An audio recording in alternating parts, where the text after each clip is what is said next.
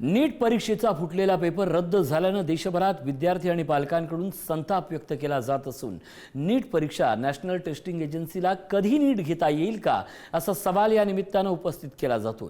काय आहे संपूर्ण प्रकरण पाहूयात पुढारी न्यूजचा स्पेशल रिपोर्ट।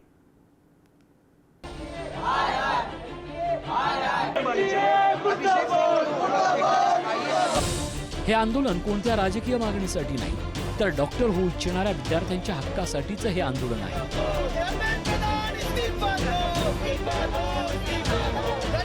देशभरातील सरकारी आणि खाजगी वैद्यकीय महाविद्यालयांमध्ये MBBS, BDS म्हणजेच दाताचे डॉक्टर, आयुर्वेदिक, होमिओपॅथी, युनानी डॉक्टर आणि इतर संबंधित वैद्यकीय अभ्यासक्रमांच्या पदवीपूर्व जागांवर प्रवेश मिळवण्यासाठी देशभरात 3 मेला नीटची परीक्षा घेण्यात आली होती। पण या परीक्षेचा पेपर फुटल्यानं आता ही परीक्षाच रद्द करण्यात आली आहे आणि याच्या देशभरात संतप्त प्रतिक्रिया उमटताना पाहायला मिळत आहेत।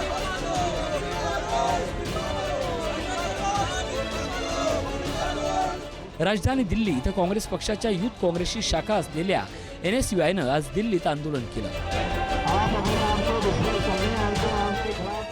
आम छात्र जो कहीं ना कहीं अपने मेहनत से अपने गुजारे से वो मेहनत करता है और लास्ट में जो पेपर दे के आता है उसको ये लगता है कि पेपर तो लीक हो गया, पेपर कैंसिल हो गया, तो उस पर क्या गुजरती है। ये कहीं ना कहीं सरकार अपनी नाकामी छुपा रही है और आने वाले समय में इसको सरकार जवाब देगी। बार बार नीट का पेपर लीक हो जा रहा है, सरकार क्या कर रही है? एक पेपर अच्छे से कंडक्ट नहीं करा, ऐसी सरकार पे अपन भरोसा कैसे कर सकते हैं? NTA को बदला जाए। NTA नहीं कर पा रही है, एग्जाम क्लियरली नहीं करवा पा रही है, हर बार ही लीक करवा देती है। अब हमें NTA पे ट्रस्ट नहीं है। हा परीक्षेचा पेपर फुटण्याची ही पहिलीच वेळ नाही। 2024ला देखील नीटचा पेपर फुटला होता आणि त्याचे धागेदोरे महाराष्ट्रातील लातूर पर्यंत पोहोचले होते।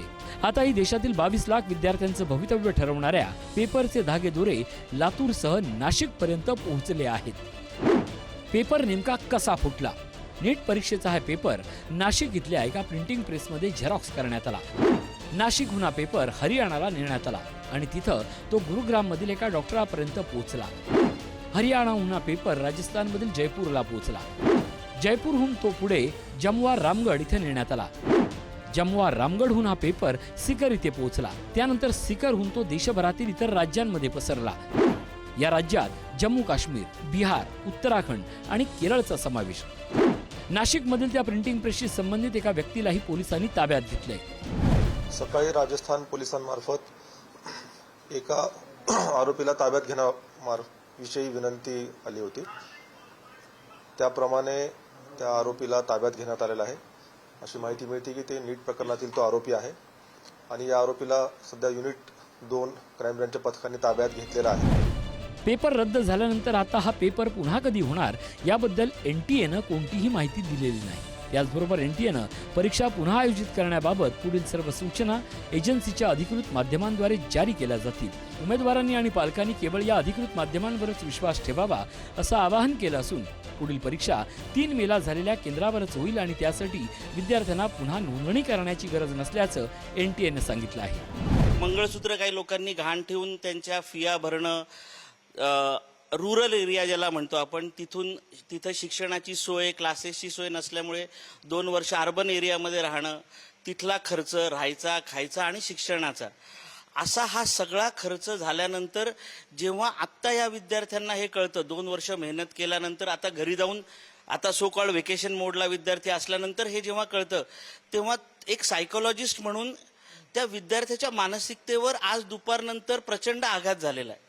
ज्यांना चांगला गेला पेपर, जे म्हणतात ते, आता माझ्याकडे काही विद्यार्थी आले की पेपर चांगला होता, पेपर चांगला होता, अवघड नव्हता, खूप मागच्या 1-2 वर्षापूर्वी खूप अवघड पेपर होता, त्या विद्यार्थ्यांना आता ते शॉकमध्ये की आता आम्ही काय करायचं।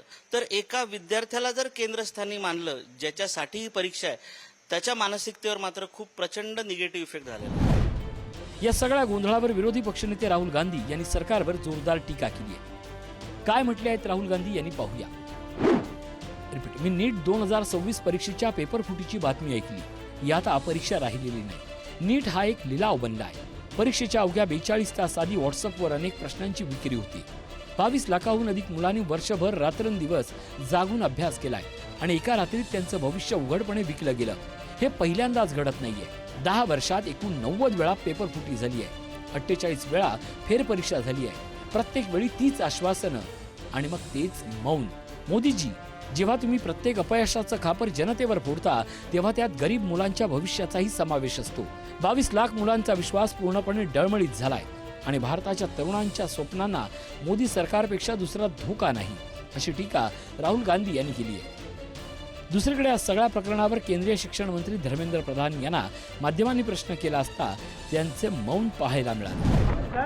सर पेपर लीक पे क्या बोल रही है सर? पेपर लीक पे सर सीबीआई इंक्वायरी की नीट यूजी 2026 पेपरफुटी प्रकरणानंतर आता नाशिक कनेक्शन समोर आले. राजस्थान सीबीआयकडून मिळालेल्या माहितीनंतर नाशिक गुन्हे शाखेनं मोठी कारवाई करत एका संशयिताला ताब्यात घेतलंय. शुभम खैरनार असं ताब्यात घेण्यात आलेल्या युवकाचं नाव असून तो नाशिकमध्ये वास्तव्यास आल्याची माहिती मिळते. पोलीस सूत्रांकडून मिळालेल्या माहितीनुसार शुभम खैरनार हा मूळचा नाशिक जिल्ह्यातील नांदगाव तालुक्यातील रहिवासी असून त्यानं BMSचं शिक्षण घेतल्याची माहिती मिळते. संबंधित युवकाची मॉडेल काउन्सिलिंग एजन्सी असल्याचंही तपासात समोर आलंय. राजस्थान सीबीआयकडून मिळालेल्या इनपुटनंतर नाशिक गुन्हे शाखेनं मोबाईल नंबर आणि पत्त्याच्या आधारे शोध मोहीम राबवत दुपारी 12 वाजण्याच्या सुमारास संशयिताला ताब्यात घेतलं. विशेष म्हणजे पोलिसांकडून बचाव करण्यासाठी शुभम खैरनारनं आपली हेअरस्टाईल बदलल्याचाही तपासात उघड झालंय. दरम्यान नीट यूजी 2026 पेपरफुटी प्रकरणात आणखीन कोणते धागेदोरे समोर येतात याकडे सर्वांचं लक्ष लागलंय. नीटचा पेपर नक्की कुठून लीक झाला याचा तपास सीबीआय करत असून या प्रकरणात आतापर्यंत वेगवेगळ्या राज्यात 50हून अधिक लोकांना ताब्यात घेतलं जात आहे. या तपासातून पुढे काय समोर येतं हे येणारा काळच ठरवेल. मात्र 22 लाखाहून अधिक विद्यार्थ्यांना परीक्षा रद्द झाल्यामुळे झालेल्या व्यापाचं काय? या घोटाळ्यातील धागेदोरे खरंच समोर येतील का, की व्यापम घोटाळ्याप्रमाणे याची व्याप्ती वाढत जाऊन पुढे काहीच होणार नाही? ताप मात्र गोरगरिबांच्या विद्यार्थ्यांना सहन करावा लागेल. नाशिकहून किरण टाजणेसह शिवाजी काळे, पुढारी न्यूज, दिल्ली.